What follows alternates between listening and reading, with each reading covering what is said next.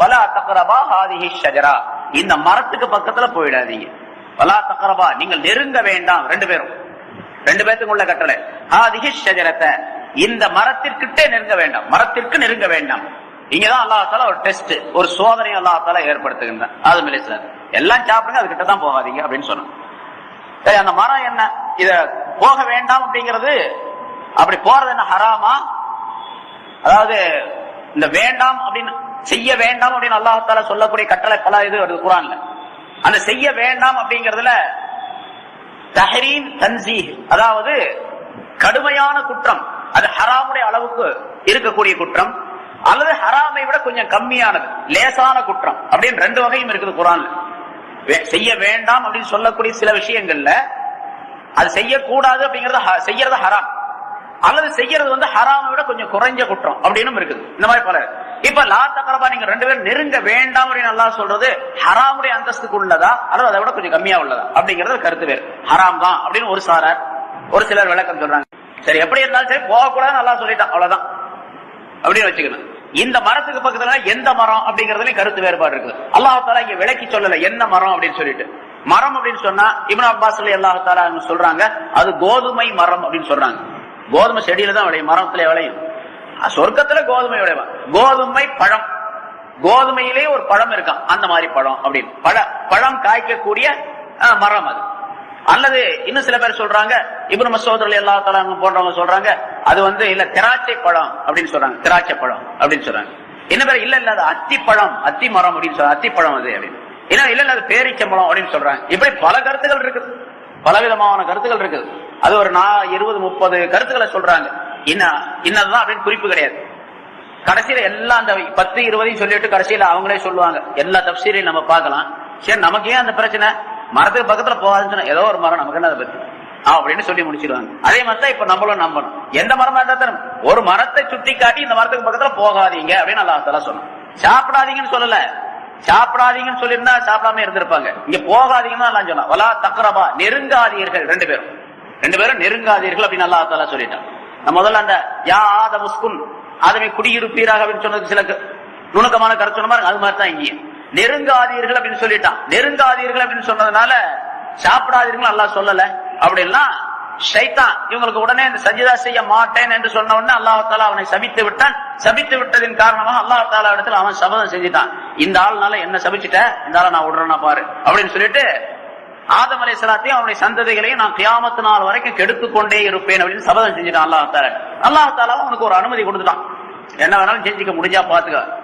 என்னுடைய நல்லடியார்கள் சில பேர் இருக்காங்க, உன் வலையில அவங்க எல்லாம் விழுக மாட்டாங்க, அவங்கள நீ கெடுக்கவே முடியாது அப்படின்னு அல்லாஹ் தஆலா சொன்னதுனால, சரி நான் எப்படி கெடுத்து காட்டுறேன் பார் அப்படின்னு ஒரு சபதம் ஏற்றுக்கொண்டான். சபதம் ஏற்றுக்கொண்ட பின்னால ஆதம் அலைஹிஸ்ஸலாம் இருக்கிற இடத்துல அங்கேதான் இருந்தான். அதுவும் உலகத்துக்கு வந்த பின்னால்தான், அதுக்கு பிறகுதான் அவனும் வந்தான். அதனால சொர்க்கத்துல உள்ள பூந்துட்டான் இவனும், ஷைத்தானும் சொர்க்கத்துக்குள்ள நுழைஞ்சிட்டான். ஏன்னா முதல்ல சொர்க்கத்துல இருந்தவன் தான் அவன், சொர்க்கத்துடைய பாதுகாப்பாளர்கள்ல ஒருவனாக இருந்தான். அதனால சொர்க்கத்துக்கு போயிட்டான். சொர்க்கத்துக்கு போனோம்னா ஆதம் அலைஹிஸ்ஸலாத்திடத்துல பல்வேறு விதமான உணர்வுகளை, தீய எண்ணங்களை அவருடைய உள்ளங்களிலே போடக்கூடிய இதை உண்டாக்கிட்டார். அது அல்லாஹ் தஆலா குர்ஆனிலே வேறொரு இடத்துல சொல்லி காட்டுகின்றார். ஷைத்தான் உள்ள நுழைஞ்சு, அப்ப ஆதம் அலைஹிஸ்ஸலாமும் அவருடைய மனைவி ஹவ்வா அலைஹிஸ்ஸலாம் சொர்க்கத்துல ரொம்ப இனிமையாக வாழ்ந்துகிட்டு இருக்கிறாங்க. சொர்க்கத்துல அழகான பட்டு உடைகள், ஆடைகள்லாம் உடுத்திக்கிட்டு ரொம்ப சுகபோகமாக சாப்பிட்டுக்கிட்டு எங்கெங்க போறோமோ அங்கெல்லாம் போயிட்டு அவங்க இஷ்டப்படி வாழ்ந்து கொண்டு இருக்கின்றார்கள் அங்க சுகமாக. இப்ப ஷைத்தான் பார்த்தான் இவரை எப்படி கெடுக்கிறது அப்படின்னு சொல்லிட்டு, இந்த மரத்துக்கு பக்கத்துல போகாதுன்னு சொல்லியிருக்காங்க, அதுக்கு பக்கத்துல போக வைக்கணும் முதல்ல. அதுக்காக வேண்டி ஒரு தந்திரமா சில வார்த்தைகளை சொன்னான். ஆதமே, அல்லாஹ் தஆலா குர்ஆன்லயே அதை சொல்லி காட்டுறான். சூரத்து தாஹாவுல சொல்லுகிறான், யா ஆதமு ஹல் அதுல்லுக அலா ஷஜரத்தில் ஹுல்த், ஆதமே நிரந்தரமாக நீங்க சொர்க்கத்திலேயே வாழ்வதற்காக வேண்டி உள்ள ஒரு மரத்தை பற்றி உங்களுக்கு சொல்லட்டுமா அப்படின்னு கேட்டான். நிரந்தரமா வாழ்வதற்காக வேண்டி ஏதாச்சும் ஒரு விஷயத்தை சொல்லட்டுமான்னு பரவாயில்ல, நிரந்தரமாக வாழ்வதற்காக மரத்தை சொல்லி தரட்டுமான்னு கேட்கிறான். ஒரு மரத்தை பற்றி சொல்லட்டுமா அப்படின்னு. அதாவது அந்த மரத்துடைய பழத்தை சாப்பிட்டீங்கன்னு சொன்னா இந்த உலகத்துல இந்த சொர்க்கத்திலேயே நீங்க நிரந்தரமா இருந்துருவீங்க, நீங்க இதை விட்டு போகவே மாட்டீங்க அப்படின்னு சொல்லி அந்த ஊசாட்டத்தை நேரடியா வந்து சொன்னா தான் ஒப்புக்கொள்ள மாட்டாங்களே. அதனால அந்த வஸ்வசா என்று சொல்லப்படக்கூடிய மனோ ஊசாட்டத்தை அவருடைய கல்வி, ரெண்டு பேருடைய கல்விலையும் போட்டான். ஆதம் ஹவ்வா ரெண்டு பேருடைய உள்ளத்திலையும் போட்டு கொஞ்சம் கொஞ்சமா ஒவ்வொரு நாள் கொஞ்சம் கொஞ்சமா அதை ஸ்க்ரூ போட்டு போட்டு போட்டு அதிகமாகணும்னு ஆதம் அலைஹிஸ்ஸலாத்துக்கு சந்தேகம் வந்துருச்சு. ஒரு சமயம் இப்படித்தான் இருக்குமோ, நம்ம 2 பேரும் இங்க நிரந்தரமா இருக்கக்கூடாது அப்படிங்கறதுக்காக தான் அல்லாஹ் தஆலா அதுல சாப்பிட வேணாம்னு இருப்பான். இவங்களுக்கு என்ன எண்ணத்தை சைத்தான் போட்டான்னு கேட்டா, அந்த பழத்தை சாப்பிட்டா தான் நீங்க இங்க நிரந்தரமா இருக்க முடியும், சாப்பிடல நீங்க வெளியாக்கப்பட்டு விடுவீர்கள் அப்படிங்கிற ஒரு எண்ணம் வந்துருச்சு. சரி சாப்பிட்டு தான் பாப்போமே அப்படின்னு போய் சாப்பிட ஆரம்பிச்சாங்க. கிட்ட போனாங்க. முதல்ல அதுவும் கூட இப்படி சொல்லப்பட்டு இருக்கின்றது. அது அதாவது ஆதம் அலைஹிஸ்ஸலாம் வந்து அவ்வளவு துணிச்சலா போகல.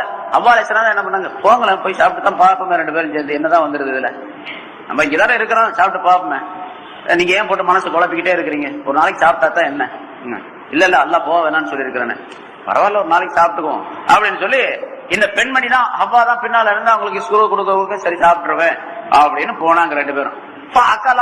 அந்த ஆயத்துல அல்லாஹ் தஆலா சொல்றான், அந்த பழத்தில் மரத்திலிருந்து அவர்கள் 2 பேரும் சாப்பிட்டாங்க. 2 பேரும் சாப்பிட்டாங்க. 2 பேருமே சாப்பிட்டாங்க. முதல்ல அப்ப யாரு சாப்பிட்டாங்க கேட்டா ஆதம் அலைஹிஸ்ஸலாம் தான். ஆமா தானே பறிச்சு கொடுக்கணும் அப்படின்னு பழத்தை பறிச்சு கொடுத்தாரு. அவ்வாட்ட ஒண்ணு கொடுத்தாரு. கொடுத்த உடனே டபக்குன்னு சாப்பிட்டாங்க. உள்ள போயிடுச்சு. ஆதம் அலைஹிஸ்ஸலாம் சாப்பிட்டாங்க. சாப்பிடும் போதே ஜிப்ரீல் அலைஹிஸ்ஸலாம் வந்து தொண்டை பிடிச்சுக்கிட்டாங்க. அப்படி ஒரு அழுத்தி பிடிச்சாங்க. கொஞ்சம் போச்சு கொஞ்சம் வெளியே வந்துச்சு. அப்படி கொஞ்சம் போச்சு கொஞ்சம் வெளியே வந்துருச்சு.